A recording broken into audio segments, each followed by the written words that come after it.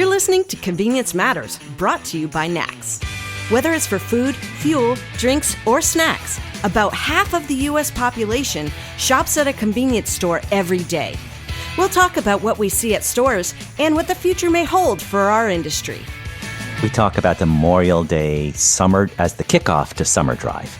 And once again, it's the kickoff in 2021. We're on the eve of Memorial Day weekend, and what we're going to talk about is not only what Memorial Day traffic may mean for convenience stores and others on the go, but what it may indicate for the rest of the summer and beyond that as we emerge from the pandemic.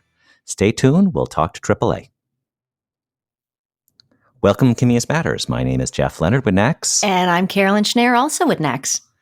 And Carolyn, today we are hearing from the foremost authority on what is going on with Memorial Day traffic. AAA, Andrew Gross, he's the public relations manager for AAA National.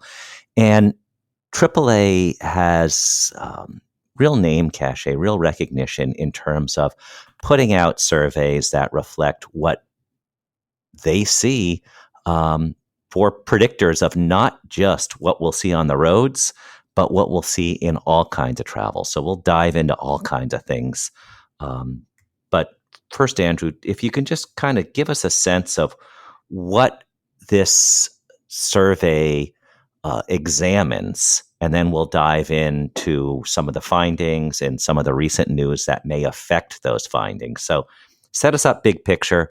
AAA National has these surveys. What is the big picture and what you want to communicate to people who are paying attention to Memorial Day? Well, we know a lot of people are going to be hitting the road for Memorial Day weekend this year, certainly as opposed to last year. In a lot of ways, we almost want to throw last year out because it was just such a weird year. COVID depressed travel across the board. So we really need to go back to 2019. The old pre-pandemic days. Cast your mind back to that. And we're approaching those levels, but we're not quite there yet. We're still going to be about 10 to 15% lower than we were pre-pandemic. So just to give you some numbers, we're expecting about 37 million Americans to hit the road this Memorial Day weekend. And about 34 million of those folks will travel by car. And that is certainly great news for anybody who sells fuel. And I'm jokingly just thinking, like, won't it be nice to complain about a traffic jam again? Because a lot of us haven't really been in one for a while. And certainly we don't like traffic jams. We don't. But it would be nice to go back to some of those more typical concerns that we had in the past. Now, are there any things since this survey was first developed? And we know what it's like at NACS when you develop surveys and then some news happens in between. Was there anything related to the Colonial Pipeline in terms of how fuel gets from one spot to the other that may affect this? I think most experts are saying by Memorial Day, most of the things that are a concern will be smoothed out. But is there anything there that might play into what AAA is looking at for Memorial Day traffic? Well, sure. I don't think anybody could have predicted the amount of panic shopping that ensued when the Colonial Pipeline went offline. And I think a lot of people, when they heard about they probably didn't know there was this pipeline to begin with, and they weren't aware of just the magnitude of it, 45% of the fuel in the southeast of the United States. So when you tell people it's offline, then there's the impression like, well, what does that mean? Does it mean it's broken somehow? And then you have to explain it was a hack. And you saw how it just began to feed on itself. And it doesn't take much to, when you see on television long lines at a car, it's like a run on a bank, right? Everyone has to get down there and get it. And it really fed on itself. And that took everybody by surprise. And now I think it's going to take a while to kind of dig ourselves back out of it. We're seeing gas stations coming back online. But there will be some spots around the southeast that it's going to take a while, and it may be getting a little closer to Memorial Day weekend before everybody is fueled up. And you may still find some places where there might be some stations that are still out. The other day I went to a big box retailer and I was trying to buy socks, which it's summer, so there shouldn't be socks, but there were no socks. I could not find boys' socks for my son. And I stood there and I looked and I'm like, that's a weird thing. And this lady looks at me. She's like, it's like the new gas shortage. And I'm, 6 months ago, she would have said toilet paper, but she said gas. So that's obviously very top of mind to people. So, is there any frequent questions you've been getting from your members that you would like to share here that maybe some of our members would be interested in hearing from? It's funny you mentioned that. We just had one come in today. Someone was saying that they were traveling from Pennsylvania down to Florida, and they were asking, will I have issues finding gasoline on my trip? So we're getting questions like that. And that's a legitimate question. And it's also kind of a hard question because it's like we're not exactly sure which route she's going to take, things like that. But we're able to tell her that, plan ahead. Don't wait till the needle gets on empty before you start looking for gasoline. Since you are a AAA member, have the app handy because at least you'll be able to see the stations on your route, the prices, and also contact information. You can call ahead and ask them, do you have gas? And if they don't, you can move on to the next station. So we're getting a lot of questions like that. Will there be gasoline? And also we're fielding questions from people from other parts of the country. Will there be gasoline? Because they don't understand about that the pipeline wasn't in their area. And we have to stress to people, this is really the southeastern part of the United States. So if you live in Oregon, you're okay. So there's a little bit of hand-holding going on as well.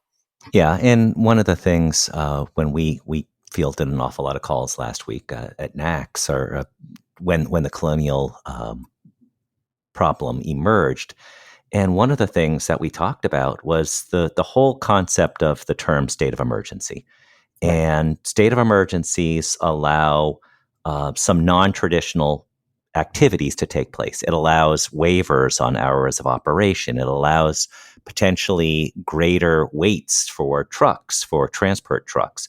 It allows different fuel regulations to be transported. It allows potential for the Jones Act waiver. So basically, it allows a whole bunch of waivers. It allows the government to jump in and repair something in a non-traditional way. But when people hear the phrase state of emergency, they think one thing. Where's the Tupperware? Where's the plastic bags? I'm going to the gas station. And maybe we need a new word or something like that. But I absolutely understand what you're hearing from your members, and is it safe? And if there is that one place, like Carolyn said, they don't have socks and one place doesn't have gas, somebody's going to put two and two together, and it's like, oh no, it's starting all over again. But everything that we're seeing right now looks like we're going to be around where we expected to be for Memorial Day.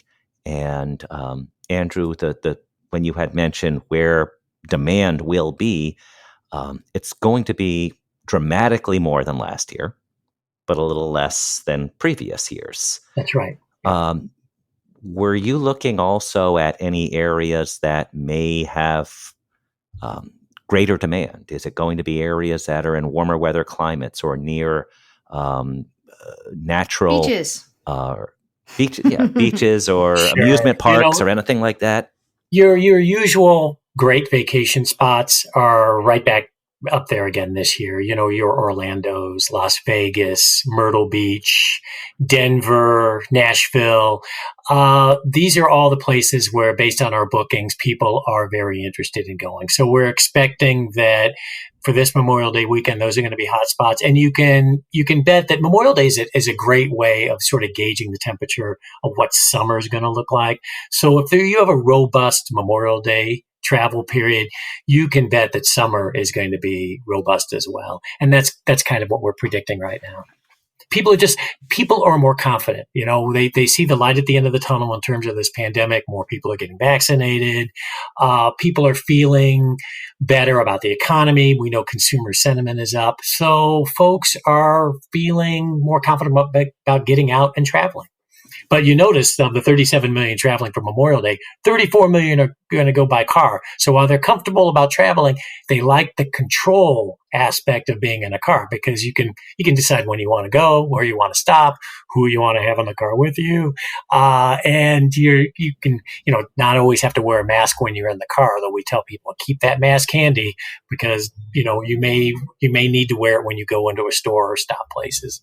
We're not out of the woods entirely. Yeah, that's a great point, and a great point to reiterate that, rules are different in every state and every retailer. And I mean, even tomorrow we'll find a different set of rules that we might want to tell people. So just keep your eyes and ears open. And I guess one of my other questions was, are you thinking people are taking long trips? So in other words, a lot of rest stops or just quick stops just to go in and get what they're going to move on to the next one? Are you thinking more local, where they're just going point A to point B, but staying closer to home? Well, Memorial Day weekend, since it's only 5 days, generally you don't see the great American road trip that you would see over the summer. That people will save that for summertime.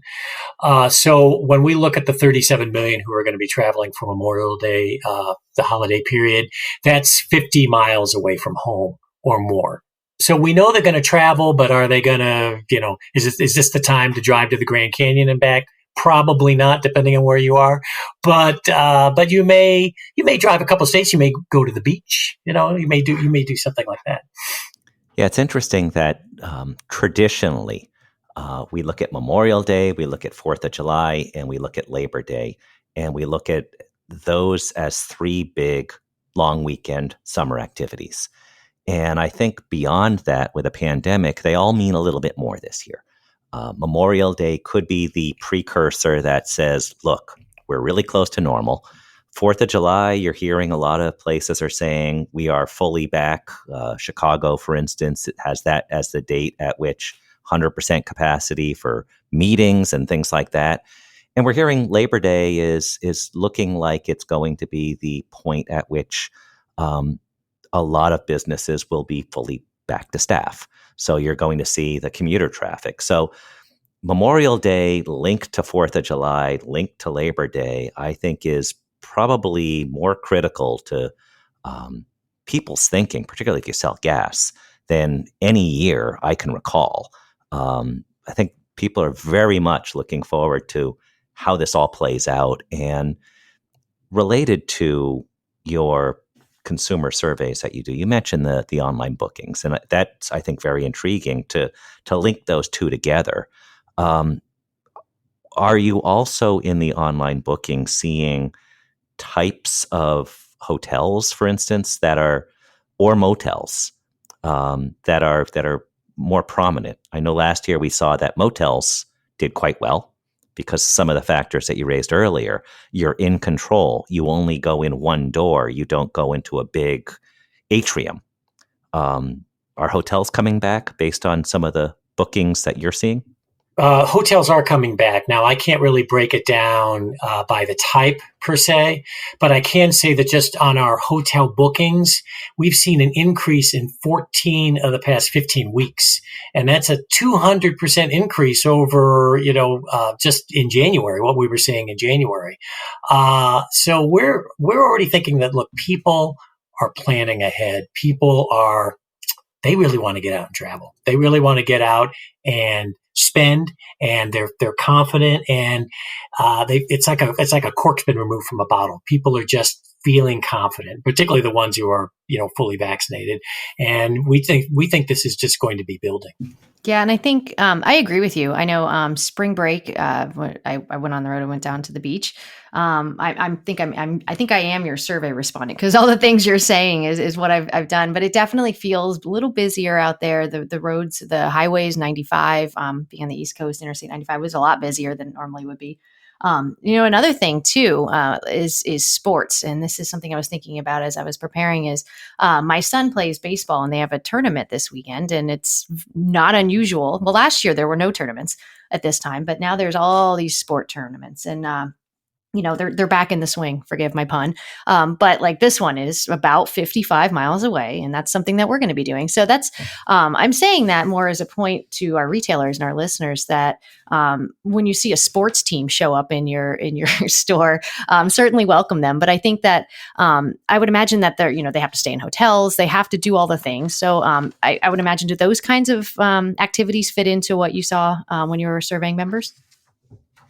Well, sure. And we always tell people that, plan ahead when you do book your hotel to make sure that the hotel has the type of safety requirements that you're comfortable with, because it's always about your sort of personal safety and your level of comfort. So, always call ahead to the hotel to make sure that the safety protocols that they have in place are something you're comfortable with. Because we know that not everybody's fully vaccinated.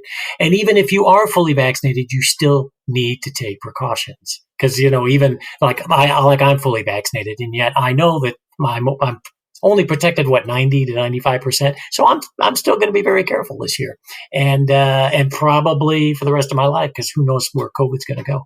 So these are all, every aspect of our lives is it's shifted. We've all gone through a huge shift, and so we're there's a new. I don't want to say a new normal because that's a little cliche-ish, but in effect it's real. This is a real thing that we're experiencing. And as we begin traveling again and doing new things, there are going to be some additional aspects to it. So, and after a while, it'll just be almost second nature, I think. I loved earlier that you called Memorial Day a 5-day weekend. And I think some people are saying, well, I only get the Monday off. But when you look at Memorial Day, you look at it as a 5-day weekend that starts the build on Thursday afternoon. And that's the first wave. That's the first. That's when we tell people that's the worst time to leave. It's like the Thursday before any big holiday weekend is always the crunch. That's when everybody's hitting the road, 3 to 5 in the afternoon. And that's when we tell people, don't do that, because you will then be stuck in traffic. Because as more people are going back to work, we're seeing like the rush hour traffic is beginning to develop at major metropolitan locations around the country. So you combine that with folks leaving to go on vacation, you're going to remember those traffic jams you mentioned that you so longed for? Yes. Well, you may be in one of those if you decide to hit the road at 3:45 on Thursday afternoon. So then we're telling people, you know what? Maybe go a little earlier, or go a little later, or maybe go Friday morning. Are you seeing a lot of trends or changes in that, even just to a typical 2019, with people who are remote working now? Because I know that I am having a whole lot of trouble finding a place to go this summer. It's hard to find rentals because I think people either aren't leaving them or they're already rented and they're renting them for 2 and 3 weeks as opposed to the 5-day.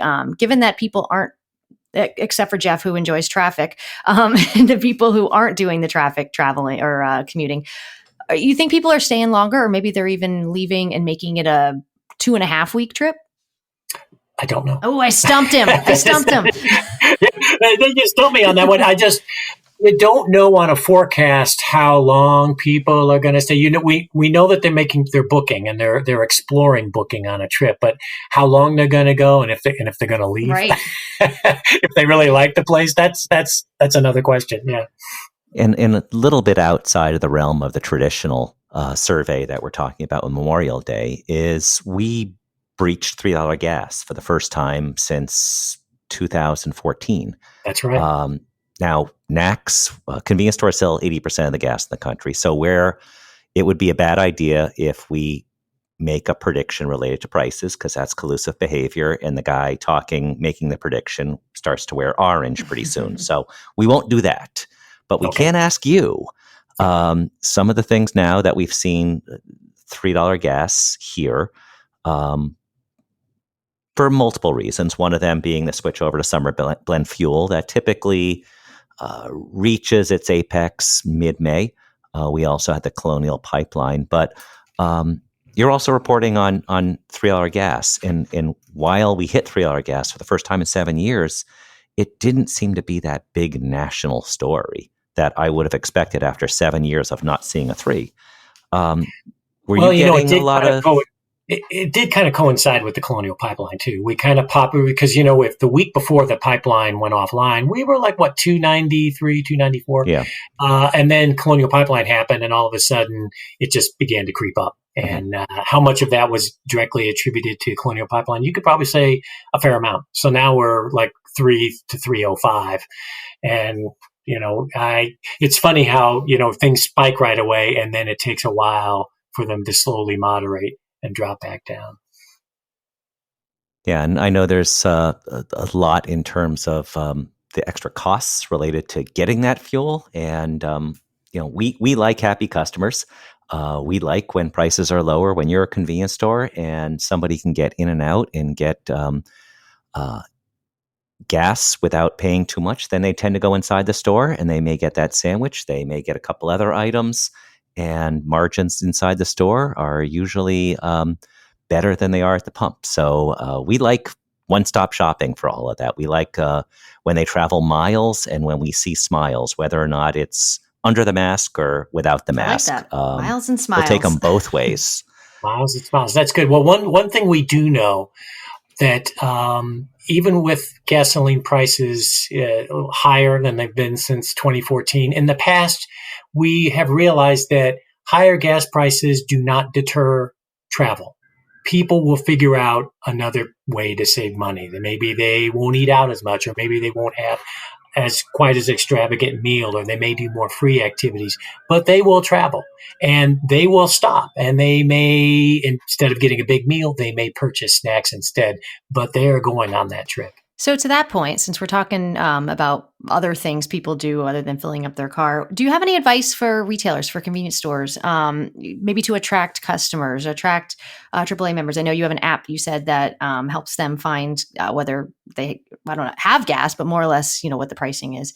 Do you have any advice for maybe in-store offers, things that they want to call out to customers, things that customers or AAA members or people would be looking for?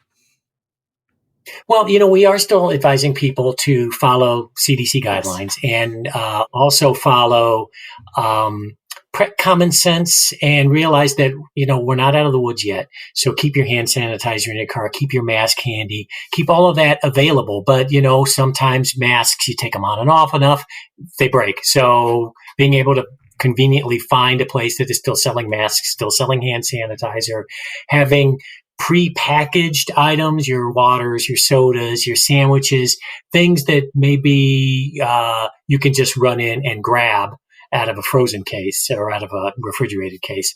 That's a little easier and a little less contact than saying, going to the more traditional soda machine and putting your cup in and getting the water. Less things to touch. We're very mindful of that because, like I said, we're not out of the woods yet in terms of this pandemic. Yeah, and it has been 2 years since a lot of people have taken a summer vacation of any great magnitude. And yes, this is not necessarily the summer vacation, but little bit of muscle memory to come back in terms of what can you do on a long weekend, an extended time, 5 days, hopefully not too many traffic jams. Just give them to me because of karma, I guess. Maybe it's like the baby steps. Baby steps. Let's try this tiny vacation first. Yeah, it will be interesting when we look back at this period to see if, particularly last summer when those folks who did travel, things were so locked down, but people were decided to go by car versus planes just because of all the restrictions. And plus, where were you going to go on a plane? You would pay the plane ticket, go somewhere, and then there was nothing to do because everything was closed. Did people fall back in love with the Great American Car Trip because maybe the last car trip they took was with their parents back in the 60s or the 70s? Car travel was a lot different back in those days, and now we have our apps. There are more places to stop. You can sort of plan ahead. It's more convenient to plan ahead now. Even our triptychs, the AAA triptych, the classic. Remember the little flip book you would flip through, and you'd be holding it in one hand and driving and looking on the map. Now it's an app on your phone. And it just will tell you what's coming up, what's available, where to stop, and everything is just more at your fingertips now. So maybe in a way, people began to fall back in love with the Great American Road Trip, and they realized, wow, this this is kind of fun. This is kind of great. I'm going to do this. Everybody just go do that. He said we should. And one thing also I want to do is give some of the listeners some of the resources that you mentioned too. Where are some places that first of all, where can they find more about the survey and the results that you mentioned? And also maybe ask you some of those questions and also where to find triptychs. AAA.com. It's your source for everything. And also, if you're interested in the particulars of our travel forecast for Memorial Day and looking also toward the summer, you can go to the AAA Newsroom, and all of our stories are put up there, and it's updated constantly. Well, thank you, Andrew. I look forward to being in the only traffic jam, so everybody else has a good time. Go out there on the road, see some cool things, get some memories with that family, because there's some good ones to catch, and it's been a while for a lot of us to just rev up those engines. So thank you so much, Andrew. We'd love to talk to you again about some of the trends that you see out there. And hopefully the Memorial Day 5-day road trip will be a good indicator of a real rapid recovery and a lot of good times as we continue 2021. Thank you. Thank you also for listening to Convenience Matters. Convenience Matters is brought to you by NACS and produced in partnership with Human Factor. For more information, visit convenience.org.